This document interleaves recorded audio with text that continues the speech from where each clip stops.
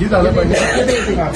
गेले 3 दिवस झाले अंजनगाव खेलोबाची इथं छत्रपती शिवाजी महाराजांचा अश्रू पुतळा बसवण्याच्या जागेवरून एक वाद निर्माण झाला होता.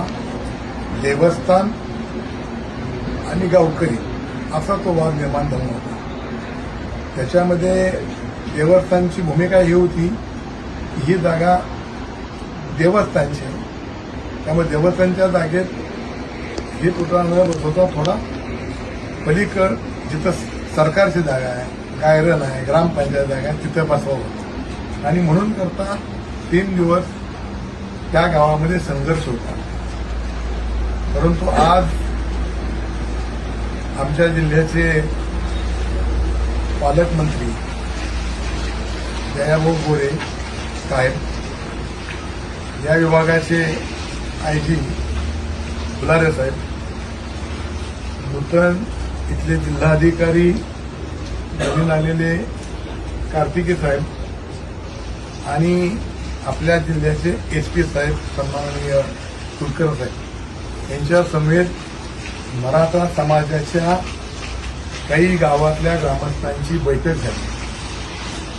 सकाळपासून जो वाद होता तो 814 ही जागा मोजावी आणि त्या जागेच्या ती जागा देवस्थानची आहे, ती जागा सोडून इतरत्र महाराजांचा पुतळा बसवावा आणि मराठा समाजाची मागणी होती की तुम्ही सक्षम अधिकाऱ्याकडनं ती जागा मोजा आणि ती जागा मोजल्यानंतर जर शिवाजी महाराजांचा पुतळा त्याच्यामध्ये आला तर दुसऱ्या ठिकाणी आम्ही हलवायला तयार आहोत.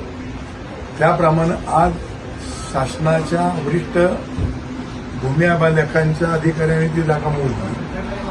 त्याच्यामध्ये महाराजांचा पुतळा हा 814 या गटाच्या जवळ येत असल्यामुळं मराठा समाजानं जे शब्द दिला होता त्याप्रमाणे तो पुतळा तिथून बाजूला बसवण्याची संमती बरोबर आहे ना दिलेली आहे.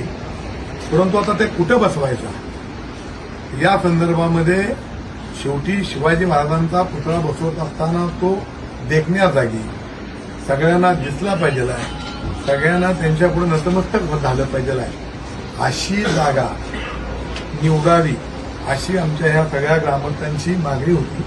त्याप्रमाणे पालकमंत्र्यांनी अशा सूचना दिल्या की उद्या जिल्हाधिकारी साहेब, जिल्ह्याचे एसपी साहेब आणि मी स्वतः यांच्याबरोबर जाणार आम्ही तिथं आणि गावकऱ्यांच्या संमतीनं मग ती शासनाची जागा असो, वेगवेगळ्या विभागाची जागा असो, जी जागा गावकऱ्यांना आणि एसपींना आणि कलेक्टर साहेबांना मान्य होईल बरोबर ना, त्या ठिकाणी हा पुतळा बसवायचा आहे आणि त्या पुतळा नुसता बसवायचा नाही तर त्याला सुशोभित करण्यासाठी पालकमंत्र्यांनी 1 कोटी रुपये उद्याच्या उद्या मंजूर करण्याचं आश्वासन या सगळ्या मराठा समाजाच्या मंडळाला दिलं आहे.